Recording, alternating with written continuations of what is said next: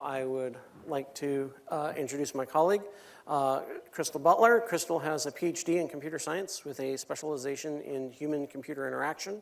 She has been at APL for 2.5 years and has done development of mixed reality software for mapping, autonomous vehicle control, and medical applications. So please join me in welcoming Crystal to the stage.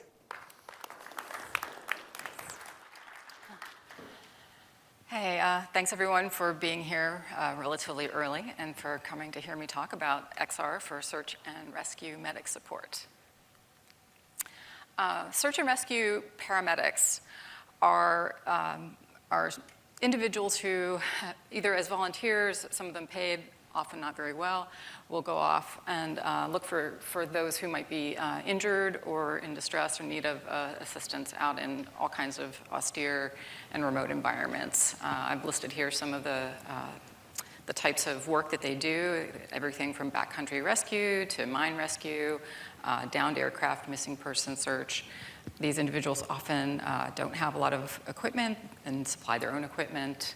Their work is time critical, so they have to get to the people that they're looking for and that they're trying to assist as rapidly as possible and often stabilize them so that they can be transported for further care at facilities such as a hospital. The work that myself and my colleagues have been doing here at APL is to design a portable and modular system that is wireless and incorporates the kinds of technologies that we work with here at APL, including XR, to standardize communications and using standard medical device communications protocols, provide care at the edge, and do all of this with hands-free and a minimal amount of additional equipment that the medic has to carry. Here you can see a prototype of the system, and on the left-hand side is the backpack, so everything fits in this pack, and the medic can carry it and then deploy it when they find the individual that they need to assist. On the right-hand side, you see a patient who's wearing a chest strap that measures breathing rate, a pulse oximeter that will do blood oxygen level and pulse. They have a temperature sensor under their armpit that you probably can't see. And then the medic is wearing a headset, which in this case is HoloLens 2, which is what we've been prototyping with. So what I'm going to do today is walk you through a scenario that we have been developing toward. We've been focused on trying to get a real-world use case that we can provide a solution for and test out the various stages of development of that solution. So this is an overview of what the system deployment would look like in the field. We have medics with the system who are in the wilderness. We envision that there would be an expert or somebody who's coordinating both the search and rescue and the care at a base camp nearby, and then more remotely we have medical experts and healthcare providers at a hospital. So I'm going to step through what that would actually look like in practice to use this system in the field, but first I'm going to just go through this flow to describe what we think this process might look like. So the search and rescue paramedic would arrive at the scene. They would deploy the system, including applying the sensors to the patient. And the first thing they'll do is just evaluate the patient and see what kind of condition they're in and try to make a determination about what kind of care might be required. So the XR in this story would be that they have their headset on. Once the sensors are applied to the patient, they are able to see vital signs being fed to them in real time in the heads-up display in a holographic interface. So the medic is able to then, both visually and through the vital signs display, evaluate the patient's condition. And if they need assistance with determining what kind of care to provide, they can then make a video connection to the expert at base camp and interact with them to both share their video, see a video of this individual, and get things like documents sent to them from the base camp location, and have the expert provide holographic annotations that they can use as guidance for the care that they need to give. So let's say they call the remote expert, they get this advice, then they are able to provide the care that is required, make sure the patient is stabilized. They can use things like speech to text with a cloud AI model to speak what they're doing aloud and take notes on and send those to the base camp or hospital where they can be rendered as a hard copy. And they can also do things like capture video and also send that to an AI cloud model where pose estimation could be used to both track the patient's position, for example, and what the medic is doing with their hands, so that we could do something like give them guidance on how to provide first aid or feedback on whether they're doing a particular action correctly, and also to tell if maybe the patient needs to be repositioned or is being moved in a way that's dangerous. So all of this can happen, and the data can be transmitted to the hospital. They can receive it and be preparing to receive the patient and making a decision about what they need to have ready once the patient is evacuated and arrives at the care facility. So I'm going to step now through a series of short videos that show demonstrations of what we've been able to accomplish. So our scenario is we have a patient in the wilderness. They have a leg laceration and significant blood loss. So the first thing our medic is going to do is get the system set up and get the sensors applied to the patient and establish the vitals of the patient. So we have our patient here.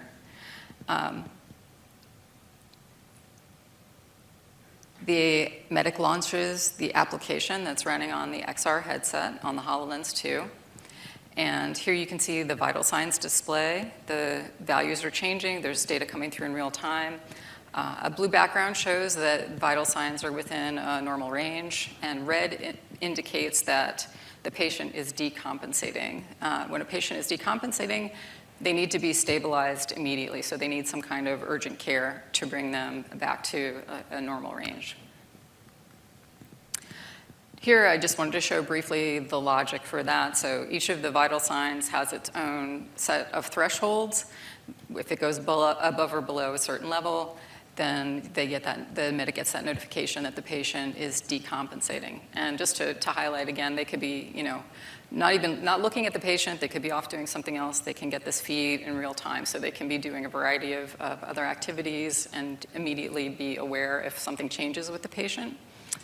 They also have their hands free, so they don't have to be holding a device or looking at a sensor readout. They can see it all in this display that is in their field of view but doesn't include what they're doing.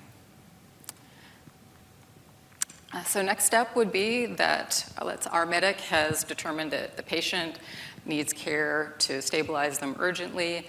They want to get advice from that medical expert I mentioned who is back at base camp. So what you'll see here is launching Remote Assist. Remote Assist allows you to make a video call to contacts. The video feed from the HoloLens is sent to the remote expert, and you can also see their video feed in a holographic display in the headset. They can hear your audio, and likewise you can hear what they're saying.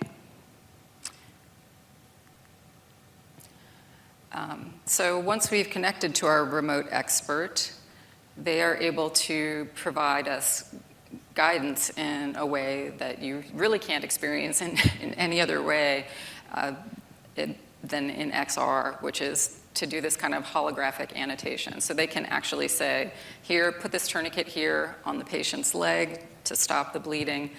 You can get that guidance and just follow the annotation, again, with your hands free.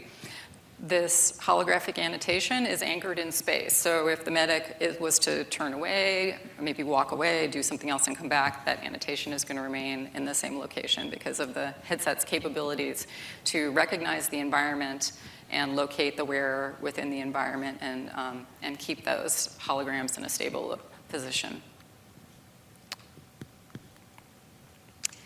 The next capability I wanted to highlight is the pose estimation that I mentioned earlier, so cloud-based AI models to do body tracking and hand tracking.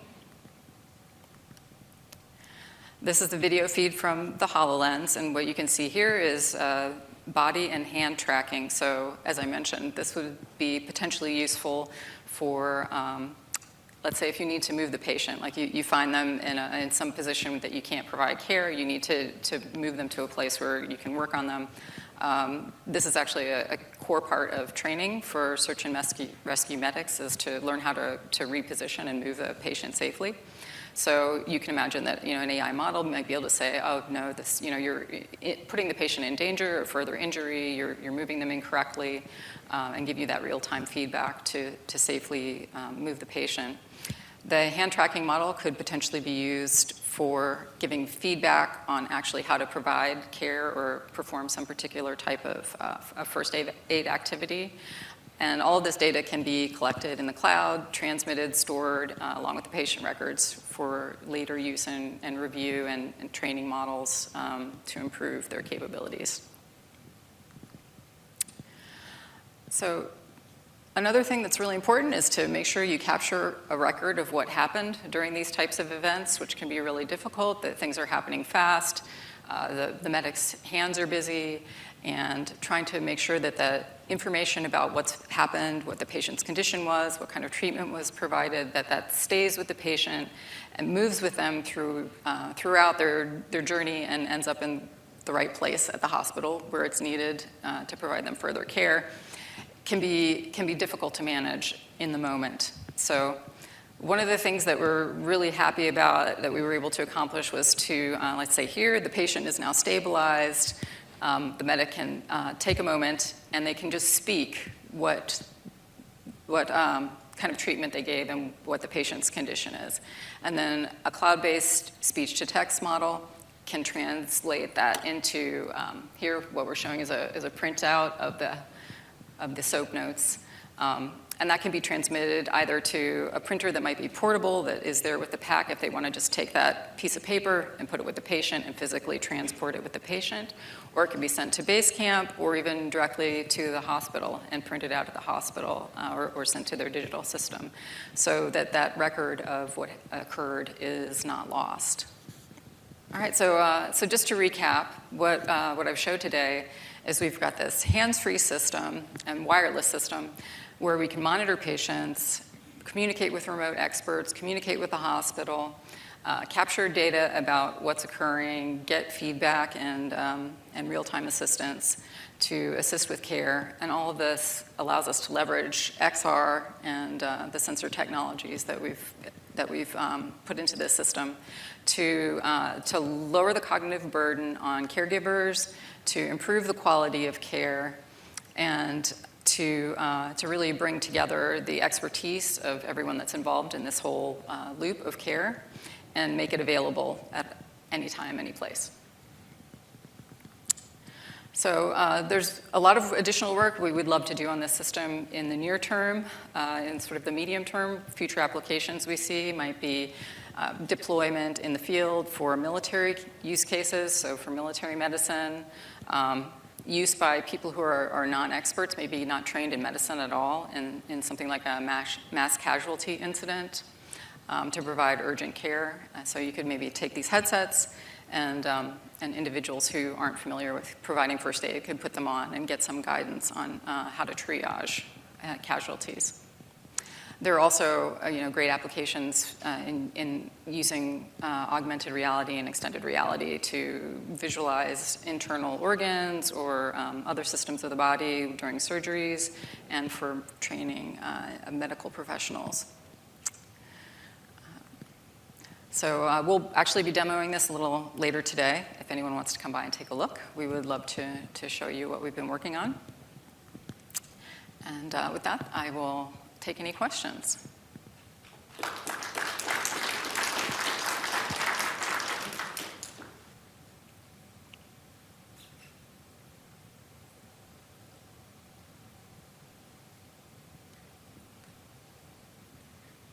Is this system applicable, or do you see it becoming applicable for use with multiple patients at once?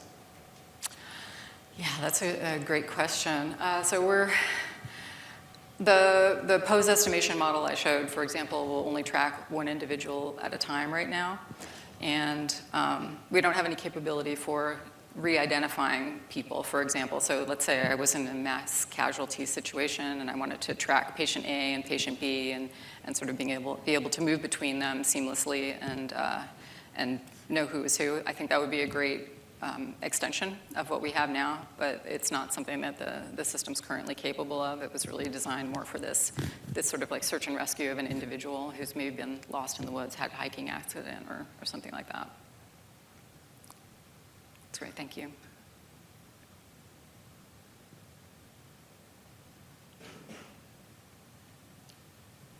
So let me ask a question about maybe it's not so much applied to using the system in the field, but training to use the system. And have you thought about maybe doing that in a VR environment or using different headsets prior to what you would deploy the system? You know, another component to it. You understand? Are you thinking of training to use the system itself or doing training, like the search and rescue medic training directly? Maybe training of using the system, right, and maybe in a more inexpensive solution than like a HoloLens, that might be more available to the masses, right? And then being able to deploy it, they can make that transition over to using the AR version. That's what I was thinking. Yeah, so everything we've shown here could be done with a tablet or a phone. That's something we've actually considered integrating in as an alternative or as a secondary device even. So in the images I was showing, we had this second medic who I didn't really talk about, but let's say they want to be able to see the communication that's happening or also monitor the vitals. Any of that could be displayed in a tablet or a mobile phone, and then you could train to use the system and just understand how the controls work and what all the capabilities are without having to actually have the headset, and potentially use it without the headset in the field as well.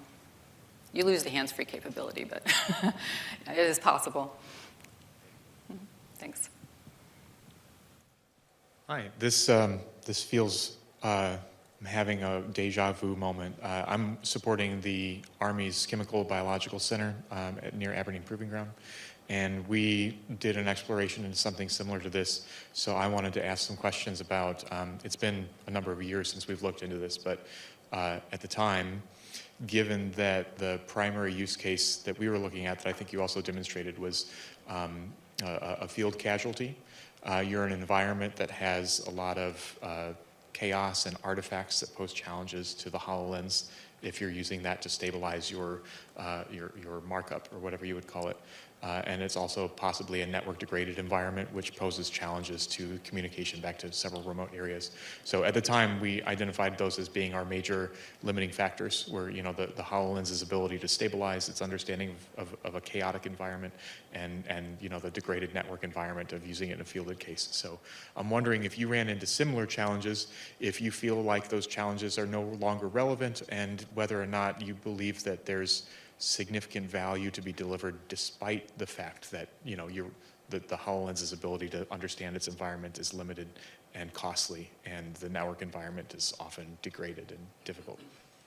Yeah, I think those are all absolutely still relevant issues. Like we haven't solved those problems yet. We did the demonstration that I showed. That wasn't a recording of the live demonstration, but we did it live. And one of the key challenges is really even seeing the interface when you're outdoors. So we have to apply a film over the visor so that you can see the holograms. And the infrared doesn't work as well when you're in a sunny environment, and the HoloLens overheats. There are all these issues. It wasn't really designed for use outdoors, right? So yeah, we're definitely not at the point where I think we would want to go beyond something like I showed. Like it's got applicability potentially in very specific types of use cases. I think a lot of additional work is needed before it would be deployable and hardened enough to function reliably in the type of situations you're describing. Yeah, thanks. Hi there. Just a question about the connectivity. These are rural, or in the scenarios you laid out, are places where you typically do not have cell phone service. So Are you thinking on the back end of, would these connect via satellite links? Are you sort of banking on that there will be more ubiquitous coverage?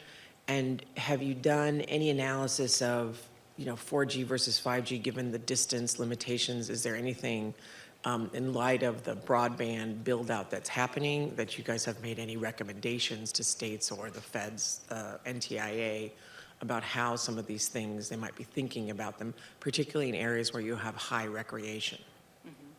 Yeah, that's a great point. And definitely one of the issues with the system currently as well. We are using a cellular connection. Some of the things we've considered have been working with radio instead, for example.